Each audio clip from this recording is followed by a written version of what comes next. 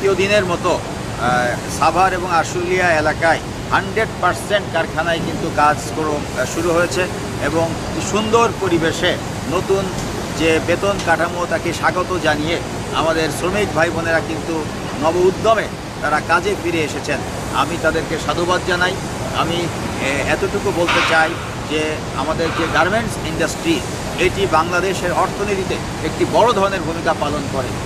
কোনো অসাধু চক্র এই সেক্টরটিকে কাজে লাগিয়ে তারা ফায়দা লুটতে চায়। আমরা কিন্তু এই অসাধু চক্রকে শনাক্ত করে ফেলেছি এবং তাদের বিরুদ্ধে আইনানুগ ব্যবস্থা অব্যাহত থাকবে।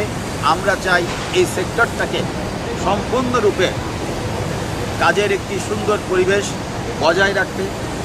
আপনি জানেন যে আসলে আমাদের এখানে 1250 ফ্যাক্টরি আছে, হয়তো 2-1টি কারখানা তৎকালীন সময় যেগুলো বন্ধ হয়েছিল সেগুলোও কিন্তু আমরা দ্রুত খুলে দেওয়ার জন্য আমরা কার্যক্রম অব্যাহত রেখেছি।